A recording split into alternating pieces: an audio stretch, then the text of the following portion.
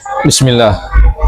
Assalamualaikum warahmatullahi wabarakatuh. Alhamdulillah wassalatu wassalamu ala Rasulillah wa ala alihi washabihi wa mawala amma ba'd. Sahabat-sahabatku yang dimuliakan Allah Subhanahu wa taala, siapakah di antara kita yang tidak pernah berbuat dosa, berbuat maksiat dan kesalahan? Pasti setiap kita pernah terjatuh ke dalam perbuatan maksiat, dosa dan kesalahan. Namun yang menjadi persoalan adalah bagaimana sikap kita setelah kita melakukan perbuatan dosa, maksiat dan kesalahan tersebut.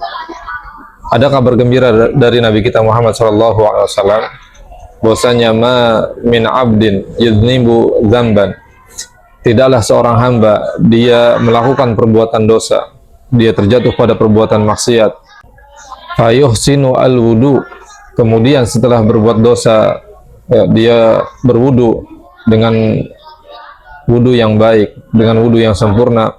Summa yusolli rakaatain, kemudian dia mengerjakan sholat 2 rakaat. Summa yastaghfirillah, kemudian setelah itu dia memohon ampun kepada Allah Subhanahu wa taala dengan sungguh-sungguh, dengan penuh ketulusan hati. Illa ghufira lahu, melainkan pasti dia mendapatkan ampunan dari Allah Subhanahu wa taala. Masya Allah, ini kabar dari Nabi Shallallahu Alaihi Wasallam. Kemudian Nabi Shallallahu Alaihi Wasallam membaca firman Allah Subhanahu Wa Taala surat Al Imran ayat 135.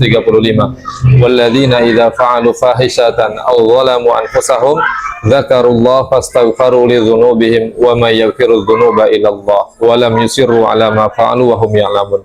Dan mereka apabila melakukan perbuatan yang keji atau mereka berbuat dosa, menzalimi diri mereka sendiri ya, dengan melakukan perbuatan dosa, perbuatan maksiat, kemudian mereka ingat kepada Allah Subhanahu wa taala, lalu mereka memohon ampun kepada Allah Subhanahu wa taala. Dan siapakah yang dapat mengampuni dosa selain Allah Subhanahu wa taala?